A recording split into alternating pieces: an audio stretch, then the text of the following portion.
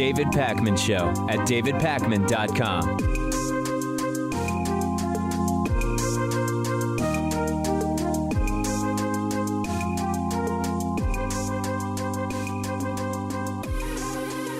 I can't believe this is where we have to start today, but this is where we have to start today. Donald Trump is now tweeting fake pictures of his own Justice Department officials behind bars for treason. Donald Trump retweeting a tweet originally posted by an account called The Trump Train. Trump retweeted the image.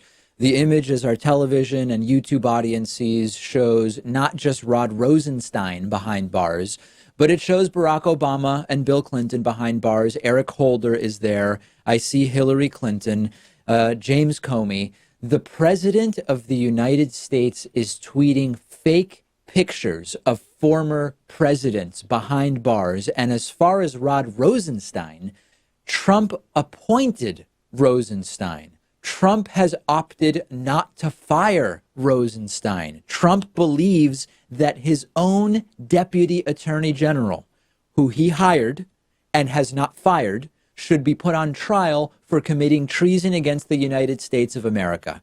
This is authoritarian behavior. This is really stupid behavior. This is embarrassing behavior on a national stage, but it's also extraordinarily dangerous behavior from the leader of a supposedly Western and democratic country. These, I will remind you, are the types of pictures that were on the side of that van that the MAGA bomber owned, who sent pipe bombs in the mail to a dozen Democrats. And now Donald Trump is retweeting almost identical images to what that guy had taped or pasted or superglued, whatever it was, to the side of his van.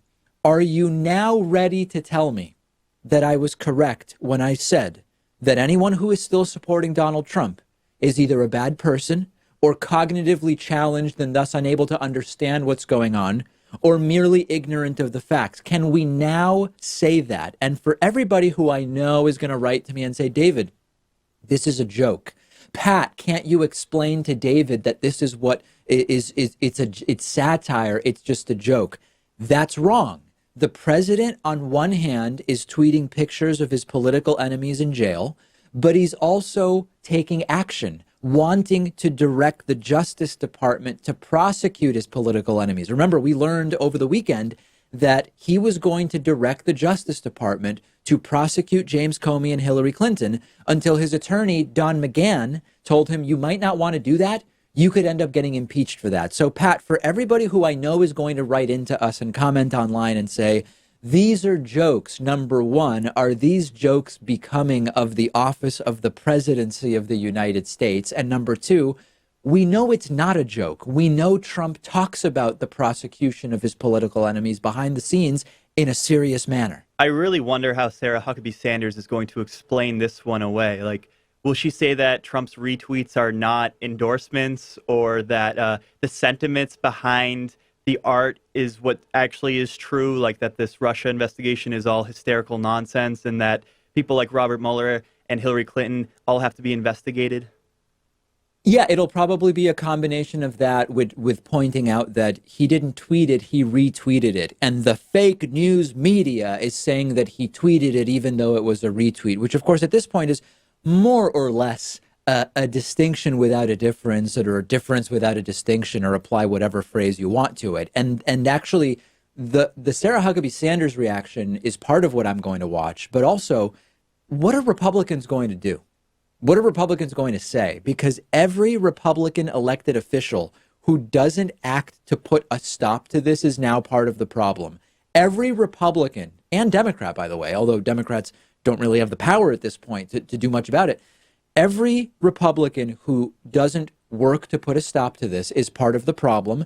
They are part of allowing the office of the presidency to be weaponized into a threat to the democracy that we hold as an important element of the United States of America. The only hope that I have is that Trump is acting even more erratic because he sees and he infers and he knows that the walls are closing in on him, that the Mueller probe and Democrats taking over investigations when they are sworn in and take control of the House, that Michael Cohen now pleading guilty and directly contradicting Trump's claims that he was not aware of or involved in any dealings with Russia. Michael Cohen pleading guilty today and saying, I was keeping Trump personally informed about Trump Tower, Moscow, and that project, that he realizes that he had better be scared and that that's where the erratic behavior is coming from. That's the only possible upside.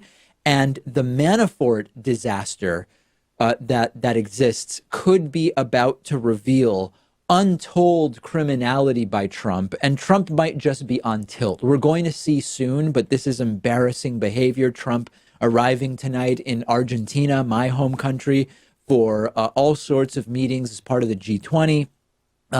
It's embarrassing. It's embarrassing for him to be the representative of the United States among leaders who we may agree with or disagree with politically, but who, other than the authoritarian ones that Trump seems to like, don't hold a free press in contempt.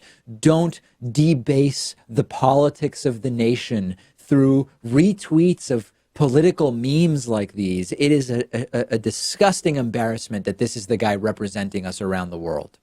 Unless you are not paying attention or willingly ignorant at this point, as I mentioned in the last segment, you have to believe that Donald Trump has either explicitly or implicitly made it known that he will offer pardons to people who remain loyal to him in the Trump-Russia investigation. And I want to go through with you what we know at this point, okay? Number one, there are what are called joint defense agreements, mostly informal, although possibly formal in some cases, where Donald Trump's personal legal team is working with the legal teams of Paul Manafort and Jerome Corsi and others, meaning that Donald Trump's legal team knows exactly what Robert Mueller is doing, what Robert Mueller is asking, where Robert Mueller is probing. That's number one.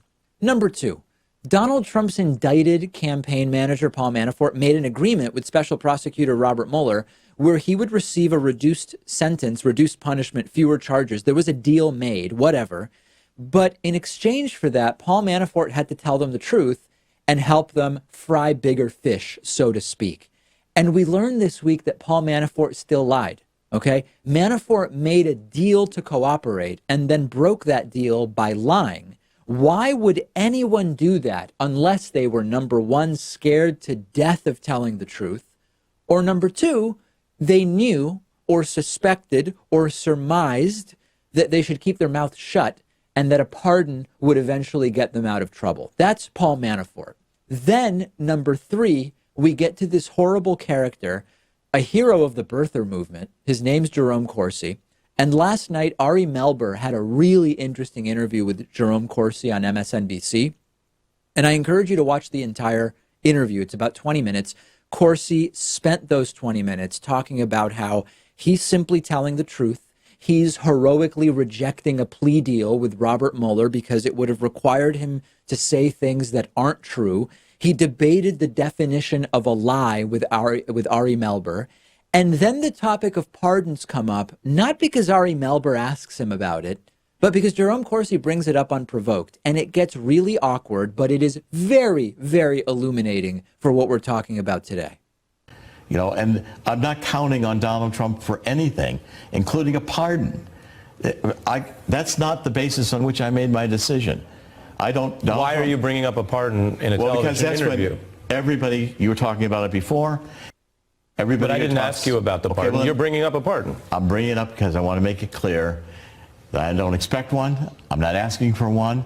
And I'm making my decision completely on the basis that I know I'll have to face trial if they do indict me. I understand. And the consequences are I may go to prison I understand the you rest of my face, life. sir. I understand you face serious consequences. I understand that, and I understand that.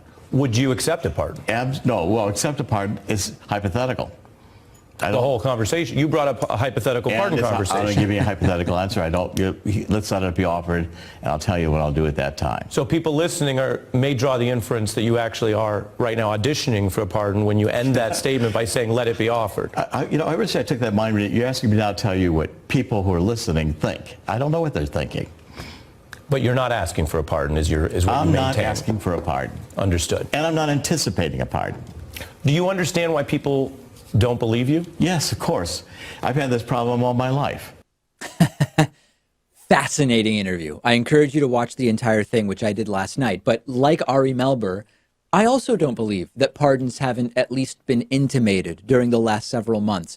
Then, after all of this, we learned that Roger Stone, a third close Trump operative who's very wrapped up in all of this and is possibly getting indicted himself, Roger Stone spoke to Trump on the phone the day after he received information that WikiLeaks email dumps were coming. Someone who was also, in Roger Stone's case, in touch with Jerome Corsi, someone who learned from Jerome Corsi's allegedly rejected plea agreement that he is a central part of this entire investigation, further implicating Trump in, at minimum, knowing about what was going on with the WikiLeaks email dumps, coinciding, again, with Donald Trump's public statements and tweets about documents expected to be released by WikiLeaks in advance. So these guys, Pat, are all in touch.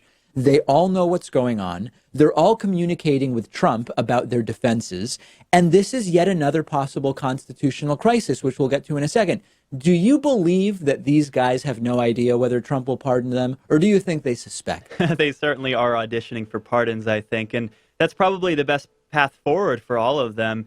But it is incredibly risky, I think. Like, if Paul Manafort accepts a plea deal from the Mueller probe and he eventually turns on it, and then you find out that Trump can't pardon him for one reason or another because it's challenged in court or because he's no longer president, well, then Paul Manafort's going to end up getting the maximum sentence and probably go to prison for the rest of his life. Well, there's another possible constitutional crisis here, and it's not just the preemptive pardon that is a possibility with presidents of the United States. You hear time and again this phrase, Pat, that the pardon power of the president is absolute, meaning it doesn't matter whether the pardon was issued because Trump felt someone was unfairly prosecuted or because they agreed not to spill the beans on Trump, that it just doesn't matter because the president's pardon power is absolute. That's not exactly true. I mean, imagine a situation where someone shows up at the Oval Office with a bag of money and says, here's a bag of money in exchange for a pardon. According to legal experts, that would be over the line. It would change the idea of an absolute pardon power. So there is that line, and it's going to be up to courts, as you're suggesting, to figure out sort of where that line is and whether it's been crossed. And ultimately, you know, the downside is that Trump's Supreme Court of extremists and serial accused sexual assaulters is going to adjudicate that, which isn't great. But if you're thinking about this, a great question is whether legally foreknowledge or intimation of future pardons is illegal. And it might be, because any suggestion that a pardon might be in someone's future if they lie or if they withhold information from federal investigators, that, which would be a hallmark of Trump's behavior in Trump Russia, is an obstructive action. It is a form of obstruction of justice. It's arguably also witness tampering, right? Because the possibility of a pardon is being used to influence the testimony that somebody gives. That, by definition, is witness tampering. So it's another day. It's another 2 to 3 scandals.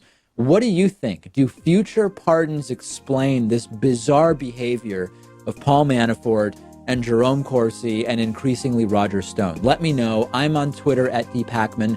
The show is on Twitter at David Pakman Show. The David Pakman Show at davidpakman.com.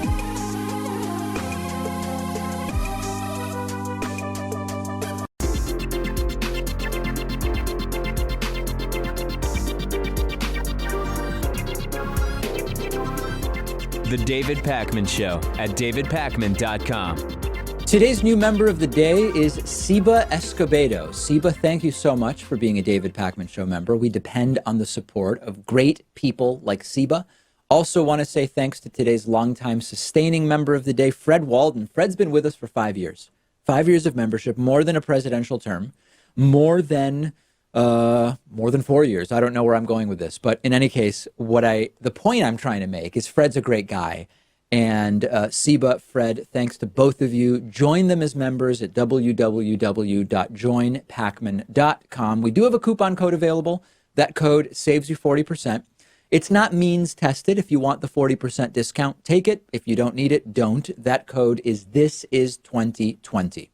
We have a really great discussion forum on Reddit at davidpakman.com/REDDIT. Nearly 8,000 of our viewers and listeners regularly participating in political discussion, floating ideas, respectful disagreements, I would say. We do have moderators, and they make sure that it doesn't get too crazy. A few interesting discussions that caught my eye this morning when I was checking out the subreddit, starting with an article quoting Defense Secretary Jim Mattis, who said, "There's no smoking gun with the Jamal Khashoggi killing, probably because bone saws aren't guns." And this has reminded me once again that we are in a situation here where even within the president's administration, you don't have agreement with his indifference, complicity, maybe, with the killing of an American journalist, not an American citizen, a journalist working for an American media outlet, Jamal Khashoggi. And Jim Mattis and Mike Pompeo both said that the CIA was kept out of briefings related to this killing, and what is going on absolutely stinks. And I know that it was either Monday or Tuesday, I forget which day now. I came to you and I said, this is speculative, but for me, this is pointing more and more to Donald Trump having been involved, and involved may just mean knowledge of what was going on with Jamal Khashoggi. The circumstantial case supports it. The evidentiary case supports it. Every single day, I am more convinced that the entire Khashoggi debacle, fiasco, tragedy, atrocity, maybe, was not foreign in all ways to Donald Trump. And in particular, I would argue Jared Kushner either, who has a long history of being directly in touch with the Saudi crown prince. Will we ever learn the full truth, the full scope of it? I don't know. But I'm glad that people on the subreddit are keeping up with it. Also from the David Pakman Show subreddit, a lot of Bernie 2020 talk and Beto 2020 talk and Ojeda 2020, not enough Blue Senate 2020 talk. A user who goes by the name John Rawls says, you guys, the American left, realize that the presidency is only one branch of government, right? You have pretty much lost the judiciary for at least a generation. You now have one of the houses of the legislature. Shouldn't you be focusing on how to take the second house instead of all this Bernie 2020 and Beto 2020 nonsense? Do you think Bernie will be able to implement much, if anything, with a red Senate and red Supreme Court? Some of you are so short-sighted, it's unbelievable. Listen, the sort of minor ad hominems aside, I don't know that it's one or the other. I mean, what's wrong, Pat, with thinking about who's the best person to run for president in 2020 while simultaneously developing a strategy within the Senate? I mean, we already know which Senate seats are up for re-election in 2020. We know exactly what has to be done. I don't know how that is sort of instead of winning the presidency, it's walk and chew gum at the same time. What's the big deal? Exactly what I was going to say. It's not a zero-sum game, and we understand that taking the Senate in 2020 is going to be an uphill battle, but it's certainly possible, and I think we can do both. Try to win the presidency and try to win over the Senate. Absolutely. And this idea, this is part of, let's attribute good faith to this post, even though I don't know for sure if that's the case. If you are genuinely trying to advise the left as to how it should go forward, how in any way do you minimize the importance of the presidency, right? I mean, what we've experienced for the last 2 years is, the first few months of Trump were executive orders that could be pretty straightforwardly reversed and a lot of posturing and saying things that are embarrassing. But then now we've got tariffs. We have 2 lost years on the issue of climate change. We have irreversible damage done to, not literally irreversible, but it will take a long time to reverse the damage to alliances as a result of what Donald Trump has done. Minimizing the importance of the Senate, we don't want to do. Minimizing the importance of the presidency would be just as short-sighted. So walk and chew gum at the same time, all right? Lastly, from the David Pakman Show subreddit, Marine One press conferences. I find this really funny. Dark B2B posted, I don't recall seeing this at least as often with previous presidents, but is it common to hold press conferences right next to Marine One being Trump's helicopter? I can't help but think this is yet another distraction technique by Trump, and that it's really hard, if not impossible, to hear reporters' questions. Furthermore, if he doesn't like the questioning, he can simply say, oh, helicopter's taking off, I gotta go. I have been thinking about this for weeks now, because increasingly Donald Trump is only even being asked relatively tough questions in these 2-minute moments as he's walking out to the helicopter and the rotors are going and you can barely hear a damn thing. I wouldn't be at all surprised, Pat, if it's a strategy to not have to answer questions. Well, he seldom takes those press conference questions. So he just doesn't hold them, whereas past presidents would hold them every so often. So that's like the reporter's one opportunity to try to get him with a question while he's walking onto Marine One. Yeah, and I mean, you don't have to exaggerate. Like the audio from every single one of those is terrible. He's yelling. It's not clear who's asking the question. Trump seems disoriented and confused. So it's actually, if it's a strategy, it's extraordinarily effective. If it's ignorance, it's still extraordinarily effective at making it so Trump ends up not answering pretty basic questions. Join the discussion on the subreddit at davidpakman.com/REDDIT. I'm on there daily, seeing what's up. We get a lot of story suggestions from the subreddit. I encourage you to check it out.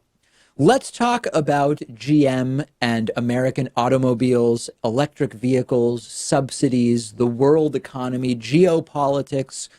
I don't know where to start, other than to say that Donald Trump is now threatening to punish American people who buy electric cars, which I suspect more and more Americans will be doing every year from here on out. Why would Donald Trump do this? He has come up with this as a way to punish General Motors for restructuring in the direction of electric cars. Part of that restructuring, as I told you on Monday or Tuesday, is that General Motors and Ford are both going to be laying off about 12 to 15% of their salaried workforce. They announced that earlier this week. Now, before I tell you what Trump is threatening to do, remember that Donald Trump promised to bring manufacturing jobs back to the United States. He said that auto industry jobs were coming back, all sorts of stuff that's demonstrably not true, that Trump has no idea about, and that simply is not going to happen. So as a baseline, Donald Trump isn't pleased because the real world facts once again are contradicting the lies of Donald Trump, lies told during the campaign, lies told after he was inaugurated president of the United States. So what does Trump say? He threatens to cut subsidies on electric cars, which help General Motors sell electric cars, but importantly, are rebates for the buyer, okay? And we'll get into that in a second. Donald Trump tweeting about this issue, quote, very disappointed with General Motors and their CEO, Mary Barra, for closing plants in Ohio, Michigan, and Maryland. Nothing being closed in Mexico and China. The U.S. saved General Motors, and this is the thanks we get.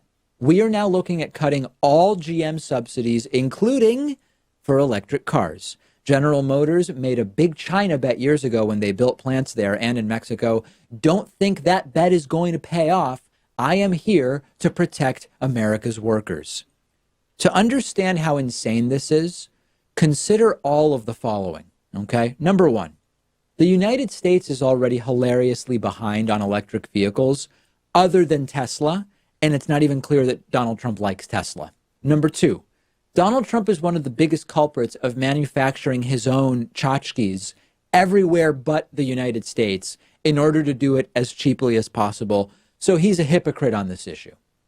Number three, it is true that subsidies on electric cars help General Motors sell more of those cars, but the savings on those cars, the rebates, the credits on those vehicles go to the individuals who are buying the cars. So in reality, you're hurting the individual consumer if you eliminate these subsidies. Number four, the subsidies aren't specific to General Motors. Electric car subsidies are industry-wide, okay? They are federal tax credits of $7,500 for American electric cars up to 200,000 vehicles per manufacturer. So if Donald Trump gets rid of these subsidies, they aren't just subsidies for General Motors. These are subsidies for all manufacturers that I guess he isn't trying to punish potentially.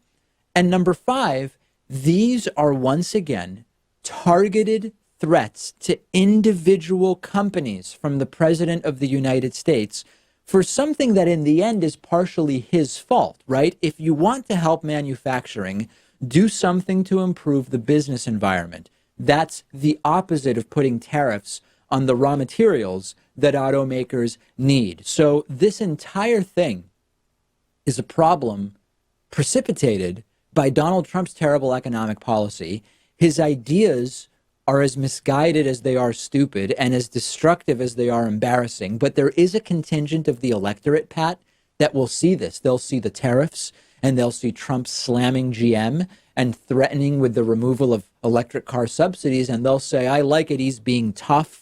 He's getting serious on manufacturing, which completely ignores the fact that what he's doing hurts these companies. Yeah, and Trump is acting so offended by what GM has done here, maybe because he thought that by giving them some big tax break, that would mean that GM would keep the American workers employed.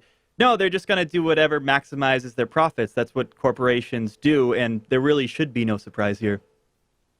No question about it. That's the thing. There's some of these stories, it's like they're so obvious in a sense, and it's sort of a weird place to be in because a lot of our core audience understands this stuff, and the people that don't are often willingly ignorant. They're deliberately ignoring the empirical realities of how the world works and how basic economics works.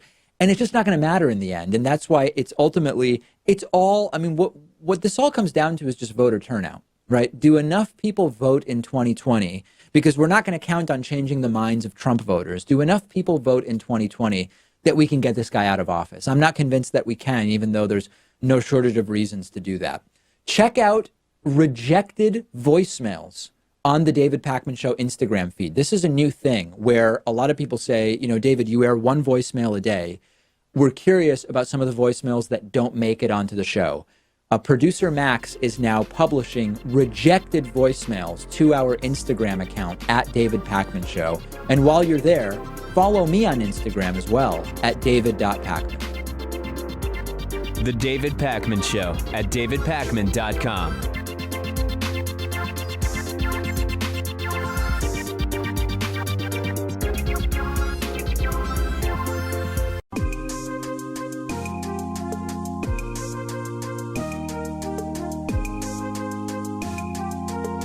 Welcome back to the David Pakman Show.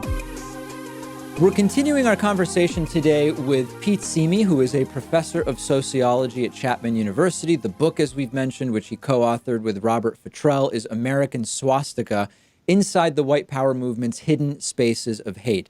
Let's talk a little bit about the current political climate. We've seen, based on SPLC reporting, Anti-Defamation League, FBI, that a lot of the types of neo-Nazi, white supremacist, anti-Semitic extremism that you research is more in the forefront today. But my question is whether the rhetoric of Donald Trump, the sort of signals that we've seen sent to white supremacists and white nationalists, does that actually create more of this ideology, or does it merely make people more willing to publicly express their beliefs? Yeah, I think it's more of the latter. This is, in some ways, this is a really unique time in that white supremacists feel that they have this special relationship in some cases with President Trump, where literally white supremacists talk about these signals, as you mentioned, that they feel like he's sending to them. And so, that's something we haven't seen with past, at least in recent history, with past, presidential administrations where white supremacists feel this kind of kinship almost to the White House. At the same time, we need to be clear that these groups have been around and have been kind of biding their time and really, from on their end, working hard to kind of remain vital, remain active. They've been using social media since the first days of the internet. They were on the internet. They were on electronic bulletin boards before the internet really was created. They've been using social media for years to kind of spread their messages and distribute their propaganda and recruit and so forth. They've cultivated an underground music scene that for years has been important in terms of influencing people and helping recruit people and giving people kind of these places to come together to share with like-minded others. They use the family as a resource, as a place of infrastructure to kind of build their movement. So, these groups have been doing things kind of more under the radar. to really keep themselves going. And now there's this political moment that's emerged where they feel like they have an opportunity to really kind of exert themselves and be more open and really kind of flaunt themselves. And so now we're seeing this come to fruition, unfortunately, in this time where things are so polarized. This gives these types of groups a lot of oxygen, where they can feel like they can use the tensions, the conflicts that exist within society to their advantage, and they can make a lot of hay out of it. Can you talk a little bit about specifically what sort of signals these individuals see coming from Trump? Because when I spoke to white nationalist leader Richard Spencer and said to him, it's interesting that Donald Trump does have a Jewish son-in-law, his grandchildren are Jewish. He has, as a New Yorker, he does business with all sorts of different people in New York, immigrants, Jews, non-whites, etc. But yet there are signals that he has sent either willingly or unwillingly, consciously or subconsciously. What specifically is it that a white nationalist sees in Trump that makes them say, that's the guy, or at least that's the closest to our guy that we've had? Right. Well, if we go pre the presidential campaign and look at his role in the birther movement, that was really a big signal before the presidential race. So right off the bat, he enters the campaign with a certain degree of stature among white supremacists because of his willingness to really tout this conspiracy theory, these lies about President Obama, who, of course, was the idea of electing an African-American president for white supremacists is a real nightmare of sorts. So that period of time running up to, the 8 years prior to 2016, we saw really galvanized white supremacists before Trump's election because of our first African-American president. So Trump comes into the campaign already with that on his resume, so to speak. And then on the first day, he comes down the escalator and talks about Mexicans being rapists and so forth. That was a huge signal right off the bat that this is something different. This person it may be doing something a little bit differently in terms of politics as usual, business as usual. And that got their ears open, at least to say, well, wait a second, let's see what else this guy has to say. And then when you look at what he did during the campaign, retweeting white supremacists dozens of times, using faulty, fake propaganda about crime rates in terms of African Americans targeting whites. These various different kinds of things during the campaign, really sent these kind of messages to white supremacists that this is a different kind of politician. He might be, willing to express things about kind of white grievances in a way that they hadn't seen before. And then since he's been in the White House, when you use words like shithole countries, for example, that term is literally the language of white supremacy. These are the kinds of ways they describe, countries, what they would call non-white countries. They would call them mud holes. They would call them cesspools. So when he said shithole countries, he's literally speaking their language. And so it's these kind of signals, he talks about an infestation in terms of immigration. These are the kinds of words that really are meaningful to these groups because they dehumanize different countries, different groups in a way that is very, very comparable to what these groups do. And so that really resonates with these folks. Do we have any reason to think one way or the other that this kind of coalescing and catalyzing of these ideologies will last only as long as Trump is in the White House, or will his presence in the White House for 4 or 8 or some intermediate number, depending on what you think will happen legally, will that persist beyond his presidency? Unfortunately, I would say, persist beyond. This is, and we need to be careful with in terms of electoral politics. The problem is far bigger than Donald Trump. We have just reelected a congressman in Iowa who openly is touting white supremacist propaganda about white genocide, about this so-called replacement theory, the idea that other racial groups are replacing whites, which is literally a different term for the idea of white genocide, which these groups have been touting, obviously, for a long time. So, and for people who don't know, I think you're referring to Steve King, who, of course, narrowly defeated our friend J.D. Scholten, who put up a great campaign, but unfortunately fell short. Right, exactly. And so, when you have politicians who are peddling in these kinds of fears and anxieties and are having some success with it, it does speak to the problem being much bigger than just one person. I mean, obviously Trump's kind of the spearhead of this, but it's a bigger problem, and so I definitely see it persisting, whether we're talking beyond 2020 or we're talking about 2024.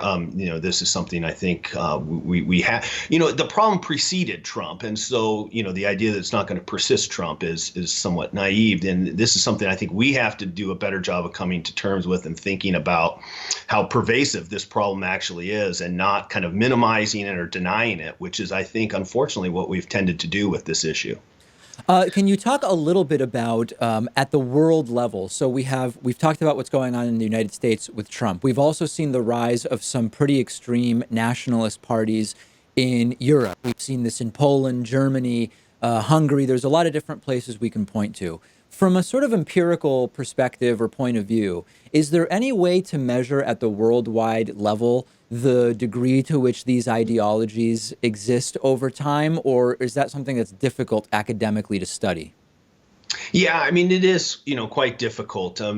Electoral politics helps because, you can kind of use that as a proxy measure. But a lot of these groups, are kind of working under the radar. They have a presence on social media to a large extent.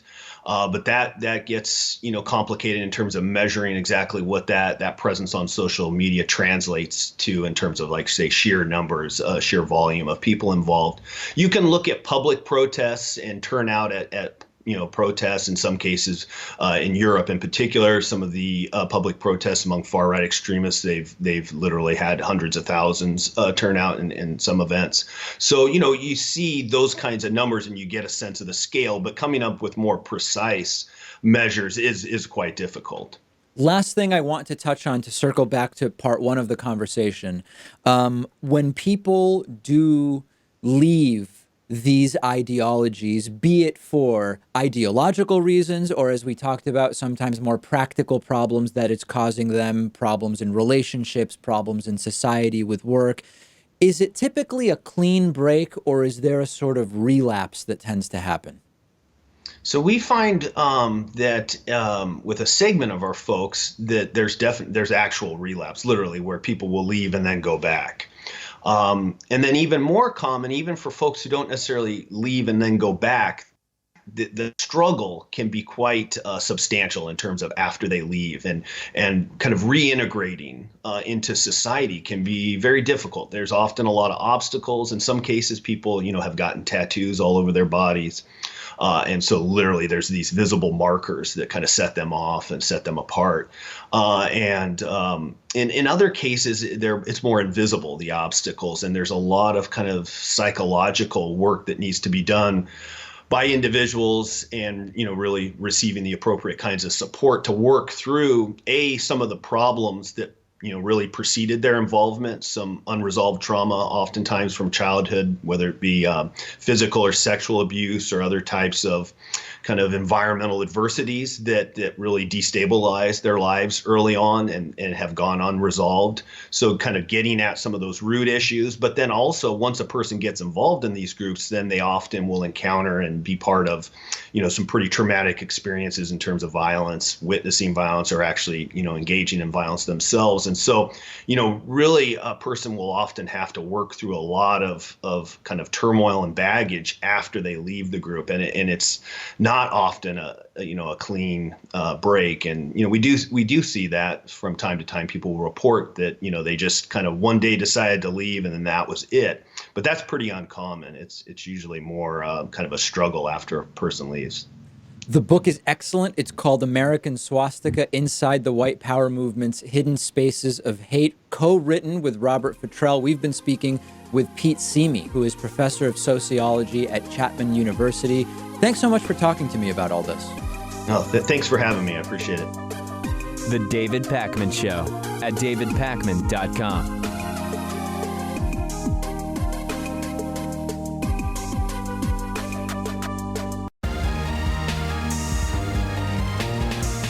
The David Pakman Show at davidpakman.com.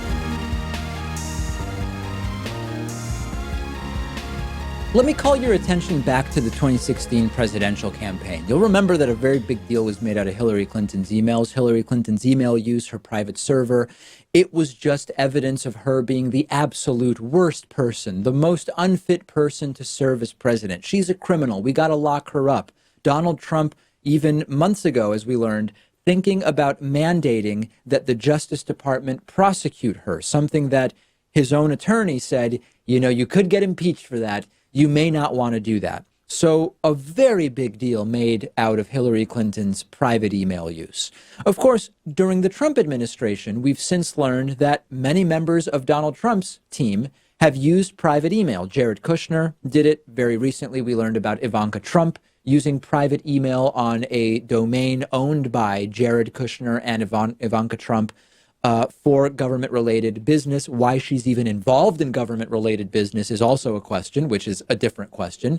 A former chief of staff, Reince Priebus, was using private email. There's a very long list of them. Step one, after that story broke, was to just deny that there's any similarity between what Ivanka and Jared and all of the others did, and argue that it was just completely different when Hillary Clinton did it. One of the ways that they tried to do this was to say, well, Hillary Clinton was sending classified stuff on her private email server, via her private email server. That's not true. There were elements of Hillary Clinton's emails which were later classified, but at the time they were not, and therefore that's just not true. So that failed miserably, saying what Ivanka did is different than what Hillary Clinton did. So now they've moved on to step two. Step two is saying, and I hope you're sitting down for this, step two is saying that government email standards are just really strict and awfully tough to actually stick to. House Judiciary Committee Chairman Bob Goodlatte, I know that's not how they say it, but I like it that way, Bob Goodlatte, Republican from Virginia, he was asked about this. And he said, you know, it's too difficult to comply with these complicated, strict, oppressive rules about email, which is, of course, absurd. I mean, check out the mental gymnastics. Check out the total obliteration of logic here. All right. And just quickly before we go, since these emails are of such importance to you, Republican Senator Ron Johnson, obviously on your committee, Trey Gowdy and Oversight Committee Chairman, they are interested in pursuing Ivanka Trump's emails to get to the bottom of exactly what happened there. Do you support that? Well, certainly, to be consistent, they need to inquire about what occurred there. I have no problem with that. I do think, of course, it's very different to send private emails about matters that are not classified information. There's a criminal penalty imposed for doing that when you have classified information that is transmitted improperly, as was the allegation, and I think the facts now support with regard to Hillary Clinton. But certainly, when things like this come up, it's important people understand. They need to make sure that they're doing what they can. And it's awfully tough, as everyone knows, when you're sending emails about a lot of different things, to make sure that you're doing it according to the rules in the White House or wherever you're doing it. I'm sure Hillary Clinton would agree with you. All right. Thank you very much. I appreciate your time, Chairman Goodlatte. Wow, it's just so tough, guys, to expect Ivanka to adhere to those really strict, awful rules about how email is supposed to be used. But Hillary Clinton should be locked up, right? Note the lie mixed in there, by the way. I mentioned this before, that Ivanka didn't email about classified matters. They're still going with that. And that Hillary Clinton was sending classified stuff. No, Hillary Clinton was emailing things that were later classified, not at the time she sent it, and that's what matters. I actually do think, Pat, that it's important to keep hammering Trump on this and not to let it go, not because Ivanka's private email use is the most important thing, but because it so boldly exposes their hypocrisy on the entire email issue and because they made it the issue about Hillary Clinton. Well, if they can point out significant differences between Hillary Clinton's use of private email and Ivanka Trump's use of private email, then they can kind of get away with it. So some differences that I can think of is that, well, Hillary Clinton was in her 60s. Ivanka Trump was in her 30s at the time of the exchanges. So that's one difference. Also, Hillary Clinton's a Democrat. Ivanka Trump, I think, is a Republican. So that's difference number two. Difference number three, maybe that Hillary Clinton's a reptilian or ran a child sex pedophile ring at a pizza shop. So maybe if we can craft some of these distinct differences, we can kind of get away with this all. Yes. All right. Pat doing material today, but pointing out, and I agree with him, that the differences are differences that aren't really material distinctions and that this is the same damn thing, but they don't want to hold them to the same standard. And at a certain point, if it's this tough to be in government, maybe they shouldn't be in government. And that gets us to my real issue with this. Anytime that this issue of Ivanka Trump's private email use comes up or Jared Kushner's private email use, we must mention that Donald Trump's daughter, Donald Trump's son-in-law, they shouldn't be working for the White House in any fashion. And this is ultimately a masterclass in hypocrisy. Doesn't matter right now in politics. We could all, I hope, agree that the United States would be better off if Ivanka Trump and Jared Kushner had jobs where they didn't have to comply with government email standards because they weren't working for the government. And as we heard from Democrats in the last couple of days, this private email use will be the subject of an investigation once Democrats are sworn into control of the House of Representatives in January. And I look forward to that very much. This is just too good. Accused serial sex assaulter and Supreme Court Justice Brett Kavanaugh is going back to coaching girls basketball, if you can imagine anything more horrifying. The Washington Post reported this news in the public safety section of their website, which is just perfect, although it doesn't appear to have actually been deliberate. It's true that Kavanaugh is back coaching girls basketball, his own daughter's team. He said, you'll remember, during his confirmation hearings that he may never be able to coach again, but he is back, he's coaching, and the Washington Post announced this in the public safety section of the Washington Post. And they explained that it was just a mistake. It turns out that the author of that piece automatically has their writing tagged as public safety related, and that wasn't the right tag for this. And Republicans, of course, are furious. They're saying this is evidence of media bias. This is evidence of the fake news media and all of that stuff. So I get it. This didn't happen on purpose. But from how conservatives reacted, you'd think that they believed that just because Kavanaugh was confirmed, that everything that was exposed in the hearings is by default untrue, which is simply not the case, right? Brett Kavanaugh was confirmed despite the allegations of serial sexual assault. The confirmation doesn't prove that the allegations were false. It just proves that Republicans didn't care about the allegations and confirmed him anyway.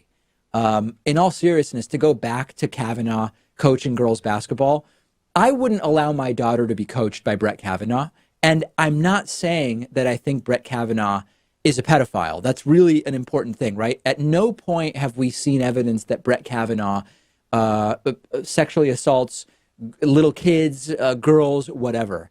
I wouldn't want my daughter around Kavanaugh because of the rage and the anger and the erratic nature. That, Pat, is what would make me consider Brett Kavanaugh coaching girls basketball a public safety issue. That may be so, but I'd rather have him coaching girls or women's basketball instead of being a Supreme Court justice. I wish it could just be one or the other.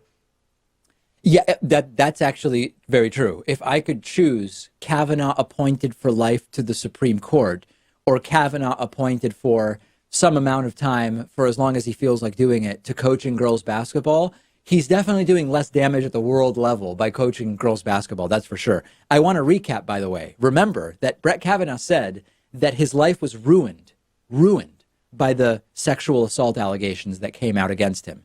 I'll remind you that since those allegations came out, Brett Kavanaugh has been appointed for life to the highest court in the land, receiving standing ovations everywhere, including at his swearing-in ceremony with Donald Trump. He is seen as some kind of resistance hero against supposedly false sexual assault allegations against men.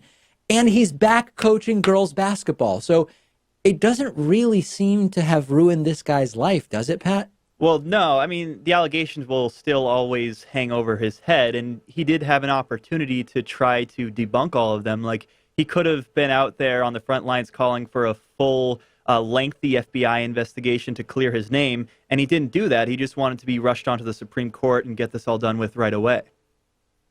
Yeah, and he won, and it worked. And this is why who is in the Oval Office matters. This is why the Supreme Court is so important, because they won. They did it, right? You can't help but hand it to them. It's despicable. It's disgusting, but they did it. And this is why everybody needs to vote. We have a voicemail number. That number is 219-2-DAVID-P. Here's sort of an unusual question that came in. I'm not even fully sure I understand it. Let's take a listen to it and see if we can figure it out. Hi, David. I'm a first-time caller, long-time listener, and I have a question. Have you ever tried to go to Harvard University or Stanford University? And if not, did you ever try to go to a community college? All right. Thank you. So let's see. Let's see if I can answer it piece by piece. I never applied to be a student at Harvard University or Stanford University. I was not nearly a good enough high school student to have gotten into either of those institutions. I have gone to Harvard University physically, of course, living in Boston and having Harvard University just a couple miles away in Cambridge, Massachusetts. I've been to Harvard many times. I've gone to events at Harvard. I've gone to talks at Harvard. I've never been to Stanford. Now, I don't know that I understand the wording of, if not, did you ever try to go to community college? I don't know why it's Stanford or Harvard or community college, but no, I've also never applied to, or I guess it's more like signed up for classes at community college. I went to the University of Massachusetts Amherst for my undergraduate degree. I went to Bentley, then it was Bentley College, now it's Bentley University here in the Boston area for my master's degree. So what did you make of this question, Pat? Am I missing something about the underlying meaning of the question? The either or thing I didn't really understand. Isn't it also true that you taught at a university? Like, some college was desperate enough to have you on as an adjunct professor? That's right. And that's exactly the framing that a lot of people who email in said. Boston College was apparently so desperate for professors that they brought me on to teach a class a couple of semesters ago. Yeah. All right. Anyway, I hope I've addressed the question in the spirit in which it was asked. We've got a great bonus show for you today. Chuck Norris, a new friend of Hungary's extremist strongman leader. We will talk about a Christmas light display so massive and so annoying that a town wants homeowners to pay $75,000. Is this an attack on religious liberty? We will discuss on the bonus show. And also, remember that false missile alert that went out? A man had a heart attack as a result, and he is now suing the government over it. All of those stories and more on today's bonus show. Become a member at www.joinpakman.com to get access to the bonus show, or become a patron for at least $5 a month. Both give you instant access, and I will speak to you then.